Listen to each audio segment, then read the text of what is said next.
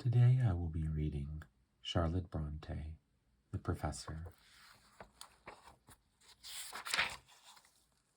Chapter 1, Introductory. The other day, in looking over my papers, I found in my copy a letter sent by me a year since to an old school acquaintance. Dear Charles, I think when you and I were at Eton together, we were neither of us what could be called popular characters. You were a sarcastic, observant, shrewd, cold-blooded creature. My own portrait I will not attempt to draw, but I cannot collect that it was a strikingly attractive one, can you? What animal magnetism drew thee and me together I know not.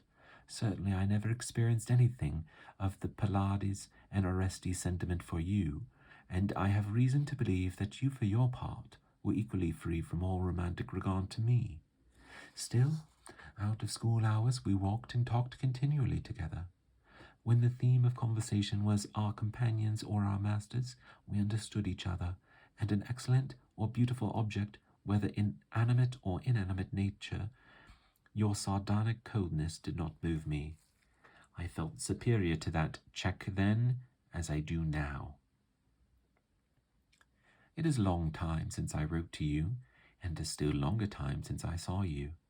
Chancing to take up a newspaper of your country the other day, my eye fell upon your name. I began to think of old times, to run over the events which have transpired since we separated, and I sat down and commenced this letter. What you have been doing I know not, but you shall hear, if you choose to listen, how the world has wagged with me. First, after leaving Eton, I had an interview with my maternal uncles, Lord Tynedale and Honourable John Seacombe.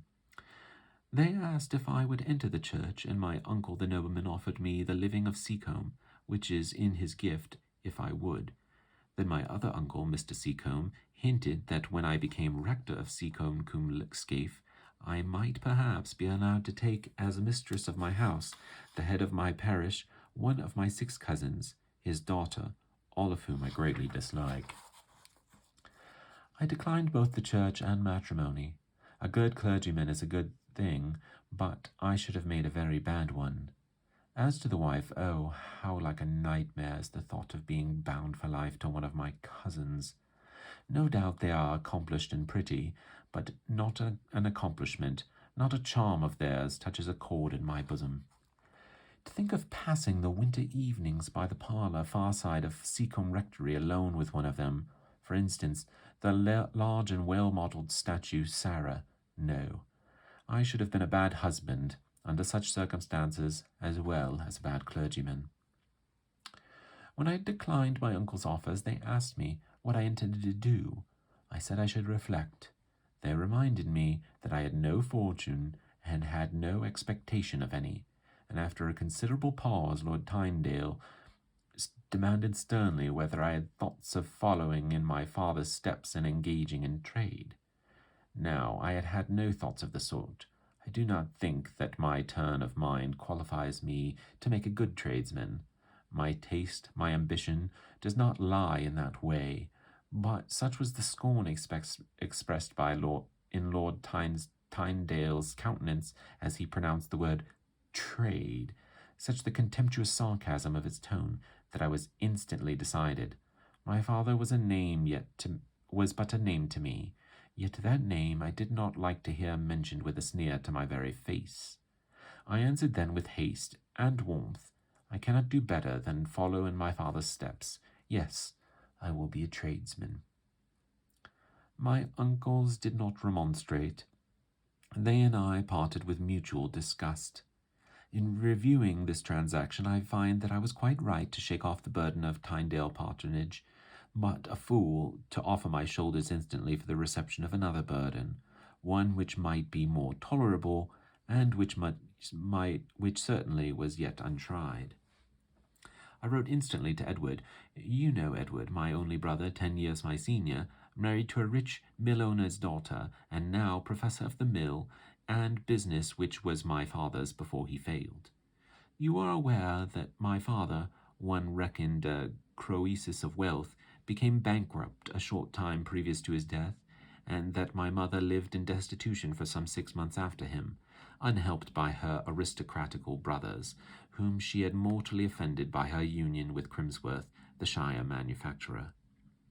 At the end of 6 months, she brought me into the world, and then herself left it without, I should think, much regret, as it contained little hope or comfort for her. My father's relations took charge of Edward as they did of me till I was 9 years old. At that period it chanced that the representation of an important borough in our county fell vacant. Mr. Seacombe stood for it. My uncle Crimsworth, an astute mercantile man, took the opportunity of writing a fierce letter to the candidate, stating that if he and Lord Tynedale did not consent to do something towards the support of their sister's orphan children, he would expose their relentless and malignant conduct towards that sister, and do his best to turn the circumstances against Mr. Seacombe's election.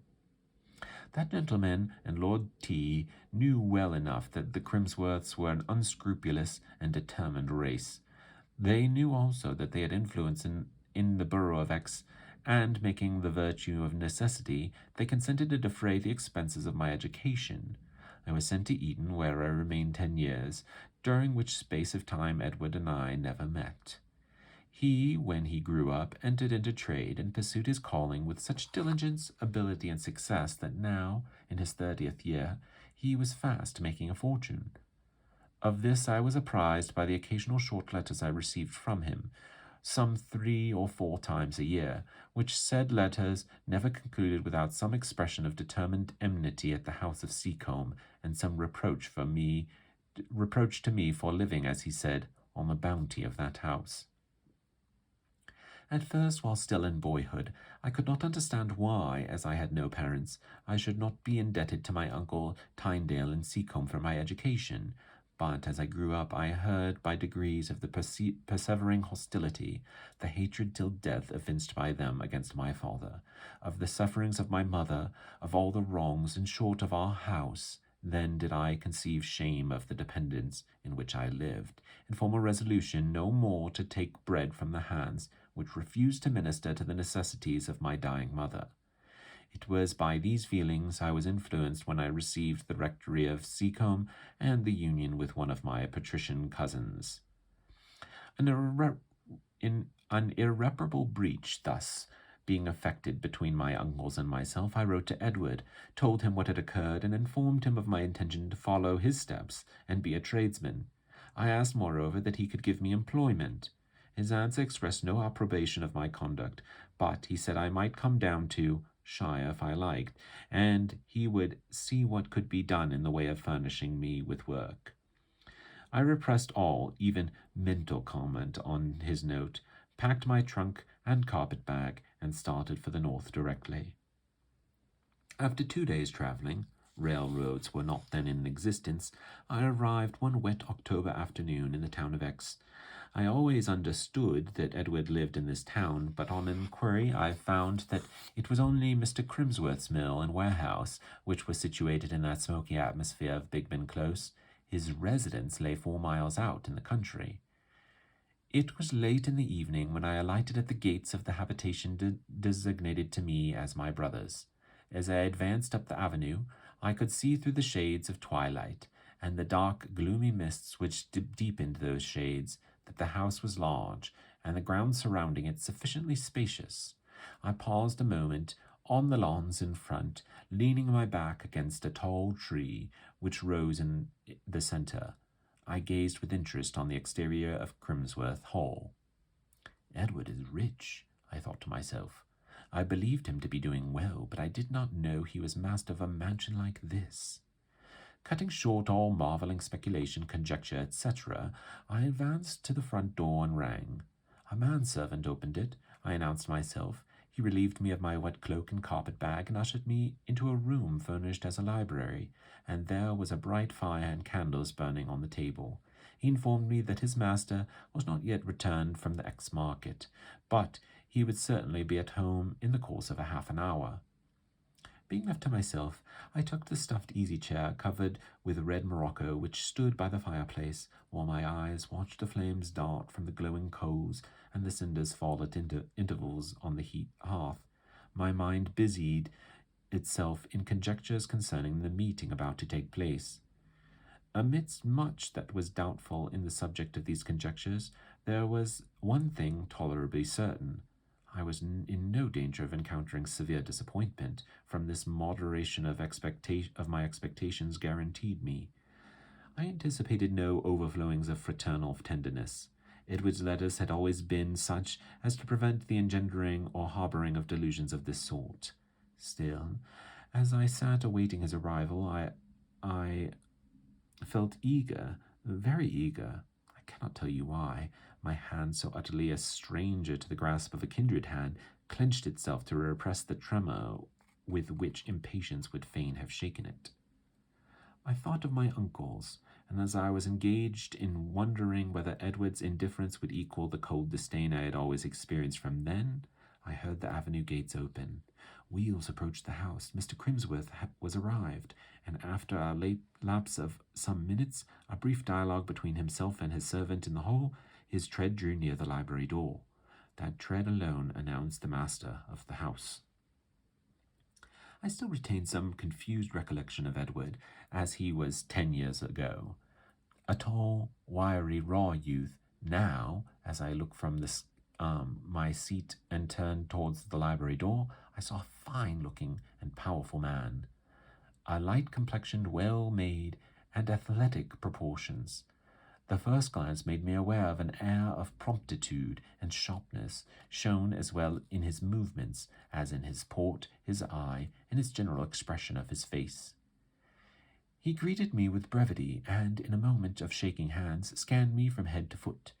He took his seat in the morocco-covered armchair and motioned me to another seat.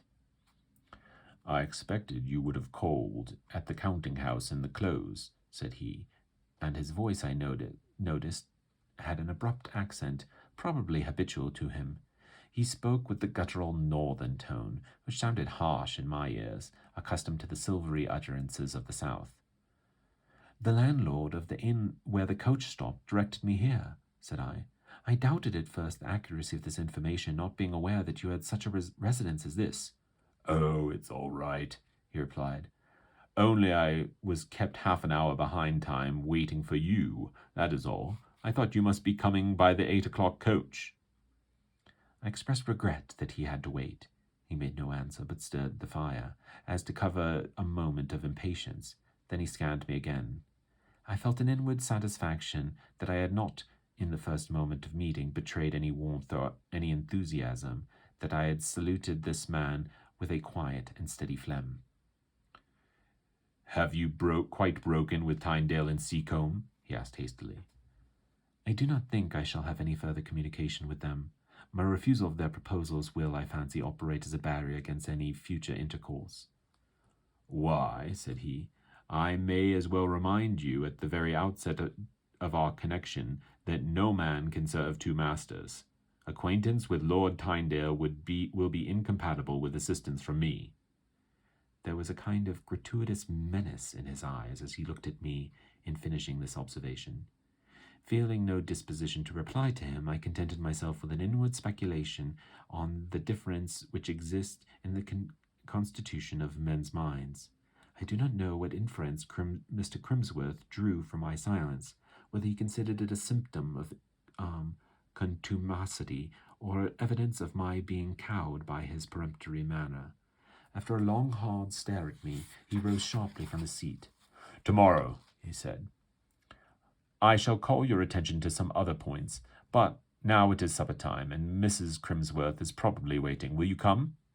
He strode from the room, and I followed. In crossing the hall, I wondered what Mrs. Crimsworth might be. Is she, thought I, as alien to what I like as Tyndale, Seacombe, and Mrs. Seacombe, as the affectionate relative now striding before me, or is she better than these? Shall I, in conversing with her, feel free to throw something of my real nature, or further conjectures were arrested by my entrance into the dining-room. A lamp, burning under a shade of ground glass, showed a handsome apartment wainscoted with oak. Supper was laid on the table. By the fireplace, standing as if waiting our entrance, appeared a lady. She was young, tall, and well-shaped. Her dress was handsome and fashionable. So much my first glance sufficed to ascertain. A gay salutation passed between her and Mr. Crimsworth. She chid him, half playfully, half poutingly, for being late. Her voice, I always take voices into account in judging of character, was lively. It indicated, I thought, good animal spirits. Mr. Crimsworth soon checked her animated scolding with a kiss that still told of the bridegroom. They had not yet been married a year. She took her seat at the supper table in first-rate spirits. Perceiving me, she begged my pardon for not noticing me before, then shook hands with me, as ladies do when a flow of good humour disposes them to be cheerful to all, even the most indifferent of their acquaintance. It was now further obvious to me that she had a good complexion, and features sufficiently marked but agreeable. Her hair was red, quite red.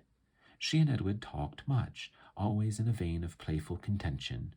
She was vexed, or pretended to be vexed, that he had day-driven a vicious horse in the gig. He made light of her fears. Sometimes she appealed to me. "Now, Mr. William, isn't it absurd in Edward to talk so? He always will drive Jack, and no other horse, and the brute has thrown him twice already." She spoke with a kind of lisp, not disagreeable, but childish. I soon saw that there was more than girlish, someone's infantine expression in her by no means small features. This lisp and expression were, I have no doubt, a charm in Edward's eye, and would be so to those of most men, but they were not to mine. I sought her eye, desirous to read there the intelligence which I could not discern in her face or hear in her conversation. It was merry, rather small. By turns I saw vivacity, vanity, coquetry look out through its irid, but I watched in vain for a glimpse of soul. I am no Oriental. White necks, carmine lips and cheeks, clusters of bright curls do not suffice for me without that Promethean spark which will live after the roses and lilies are faded, the burnished hair grown grey. In sunshine and prosperity the flowers are very well, but how many wet days there are in life, November seasons of disaster, when a man's hearth and home would be cold indeed without a clear, cheering gleam of intellect. Having perused the fair page of Mrs. Crimsworth's face, a deep involuntary sigh announced my disappointment. She took it as an homage to her beauty, and Edward, who was evidently proud of his rich and handsome young wife, threw on me a glance, half ridicule, half ire. I turned from them both, and gazing wearily round the room, I saw two pictures set in oak panelling, one on each side of the mantelpiece. Ceasing to take part in the bantering conversation that flowed on between Mr. and Mrs. Crimsworth, I bent my thoughts to the examination of these pictures. They were portraits, a lady and a gentleman, both costume in the fashion of 20 years ago. The gentleman was in the shade. I could not see him well. The lady had the benefit of a full beam of the soft shaded lamp. I presently recognized her. I had seen this picture before in childhood. It was my mother. That and the companion picture being the only heirloom saved out of the sale of my father's property. The face I remembered had pleased me as a boy, but then I did not understand it. Now I knew how rare that class of face is in the world, and I appreciated it keenly, its thoughtful yet gentle expression. The serious grey eye possessed for me a strong charm, as did certain lines in the features indicative of most true and tender feeling. I was sorry it was only a picture. I soon left Mr. and Mrs. Crimsworth to themselves. A servant conducted me to my bedroom. In closing my chamber door, I shut out all intruders, you, Charles, as well as the rest. Goodbye for the present. William Crimsworth. To this letter I never got an answer. Before my old friend received it, he had accepted a government appointment in one of the colonies, and was already on his way to the scene of his official labours. What has become of him since, I know not. The leisure time I have at command, and which I intend to employ for his private benefit, I shall now dedicate to that of the public at large. My narrative is not exciting and above all not marvelous, but it may interest some individuals who, having toiled in the same vocation as myself, will find in my experience frequent reflections of their own. The above letter will serve as an introduction. I now proceed.